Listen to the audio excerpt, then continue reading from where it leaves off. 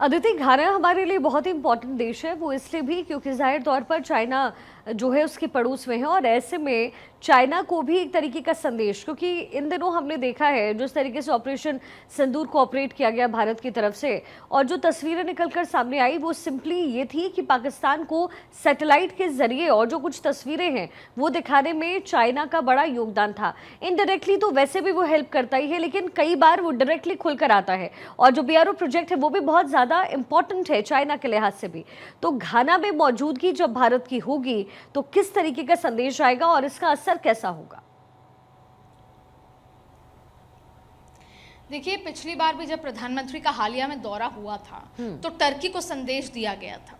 Turkey को संदेश देने के लिहाज से वो वहाँ गए जहाँ पर टर्की उस जगह नहीं पहुँच पा रहा जहाँ वो जाना चाहता है। तो प्रधानमंत्री नरेंद्र मोदी अपने इस रणनीति के जरिए कई जगह कई बार संदेश देते हैं। तो जैसे पिछली बार उन्होंने टर्की को संदेश दिया था, इस बार जाहिर तौर पे चाइना को रह रहकर कई बार संदेश देते हैं। और चाइना ही एक बड़ी वजह है कि कई बार हम अमेरिका के साथ कई अलग तरीके के संबंध कर सकते हैं, लेकिन चाइना के लिहाज से भारत भी अमेरिका के लिए महत्वपूर्ण है। और अमेरिका, आप देखिए, घाना का जिक्र करें तो द्विपक्षीय दौरा जो होने वाला है और जो जोग्राफिकल इलाका है घाना का, वो अपने आप में बहुत खास है। जैसा आपने कहा कि चाइना बॉर्डर है। दूसरी बड़ी बात है कि प्रधानमंत्री नरेंद्र मोदी साउथ ग्लोबल की लीडरशिप इसलिए ही करना चाहते हैं जिससे कई मुद्दों पर चाइना को जिसे मात दी जा सके, चेक एंड मेट किया जा सके। उस लिहाज से, बॉर्डर लिहाज से घाना का जो पूरा दौरा है वो बेहद खास हो जाता है। और मैंने पहले भी आपको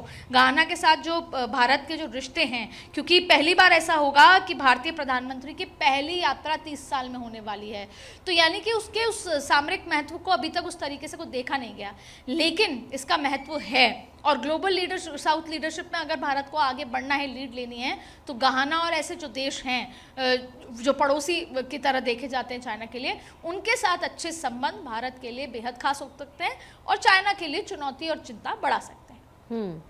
जाहिर तौर पर, और ब्रिक्स में प्रधानमंत्री मोदी का मौजूद होना, और ये कहीं ना कहीं दर्शाता है कि भारत की स्थिति किस तरीके से मजबूत होती हुई नजर आ रही है।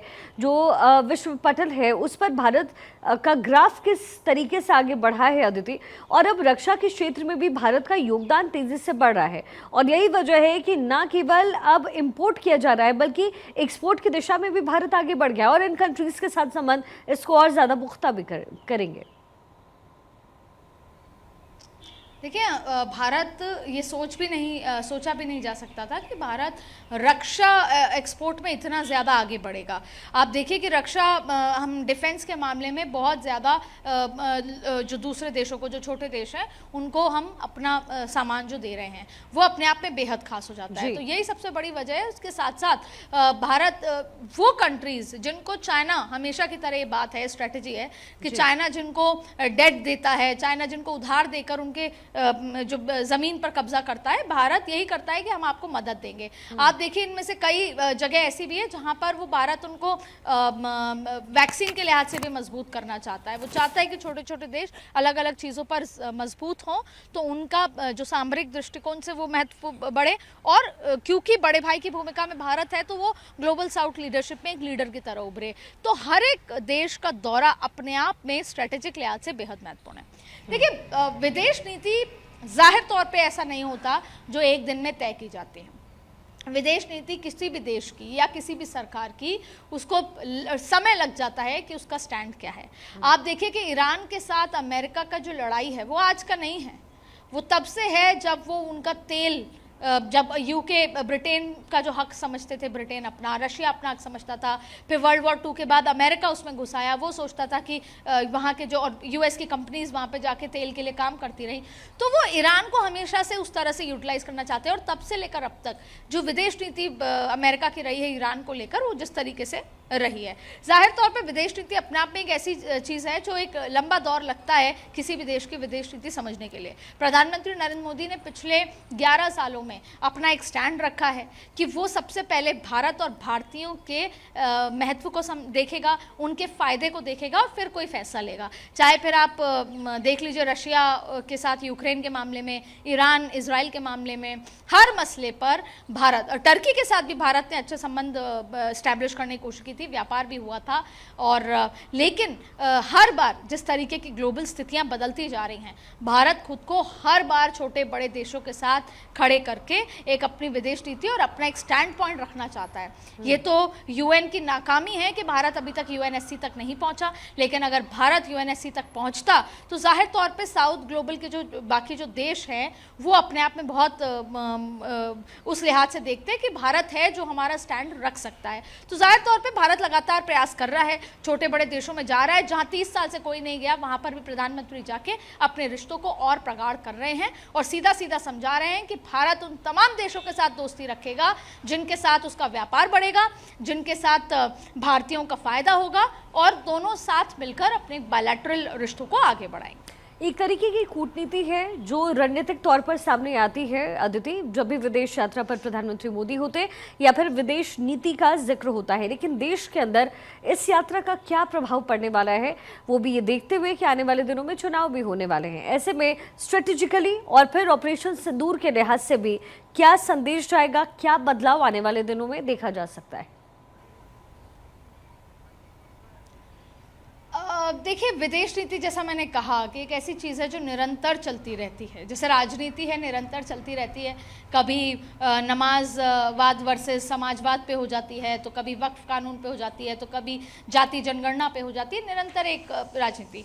जाहिर तौर पे बिहार का चुनाव सभी पॉलिटिकल पार्टी और भारत के लिए महत्वपूर्ण है, क्योंकि हर बार ये देखा जाता है कि अब देश का मूड किस लिहाज से है, बिहार की जनता का मूड क्या है। लेकिन इसके इतर आप दो तरीके से समझिए। ऑपरेशन सिंदूर जारी है, प्रधानमंत्री नरेंद्र मोदी कह चुके हैं और जिसके लिए वो हर संभव प्रयास कर रहे हैं। उनका एक स्टैंड है कि वो टेररिज्म के खिलाफ चाहे कोई साथ हो या नहीं हो, वो आगे बढ़ रहे हैं, जिसको लेकर उन्होंने डेलीगेशन ही भेजे, तमाम चीज़ें की। इसके साथ साथ अपनी महत्वपूर्ण बात यह है कि आपने अभी देखा कि जल जो सिंधु जल समझौते को भी एक बार फिर आउटरीच प्रोग्राम के लिहाज से लेकर जाएगा। अब ब्रिक्स सम्मेलन में जो वो जाएंगे वहां पर भी वो ये बात करेंगे कि कैसे रक्षा मुद्दों पर बात की जाए, कैसे टेररिज्म के मुद्दों पर बात की जाए। तो जाहिर तौर पे ब्रिक्स सम्मेलन में भी प्रधानमंत्री का जो स्टैंड होगा, भारत का जो की तरफ से जो स्टैंड होगा, वो अपने आप में बेहद खास होगा, जिसका एक बड़ा मैसेज आएगा। देखिए, भारत में प्रधानमंत्री नरेंद्र मोदी को एक उसके साथ जोड़कर देखा जाता है कि 56 इंच की छाती है, प्रधानमंत्री नरेंद्र मोदी हैं, घर में घुस के मारते हैं।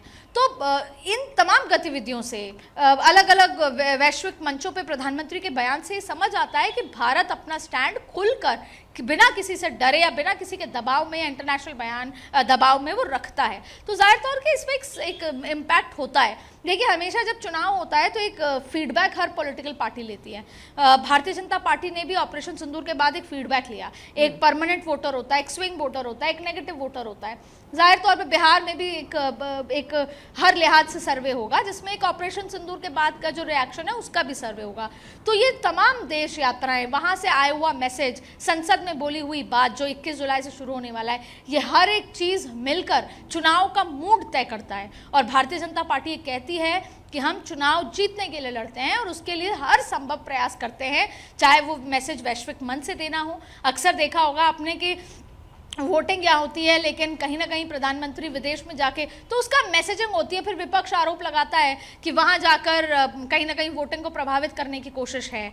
बंगाल में चुनाव है तो वो बांग्लादेश, एक पुराना जिक्र अगर मैं आपसे कहूं, ऐसे कई बार ऐसी चीजें होती हैं। तो प्रधानमंत्री नरेंद्र मोदी के हर एक एक्शन का इम्पैक्ट भारत में देखने को मिलता है। इस 7 दिवसीय यात्रा का भी देखने को मिलेगा। जी बिल्कुल। तो देखिए, उम्मीदें बहुत सारी है और एक रणनीति के साथ ये जो बातचीत है वो होनी है और 5 कंट्रीज जहां 8 दिन के दौरे पर प्रधानमंत्री मोदी होने वाले हैं। अदिति, बहुत बहुत शुक्रिया इस पूरे विश्लेषण के लिए।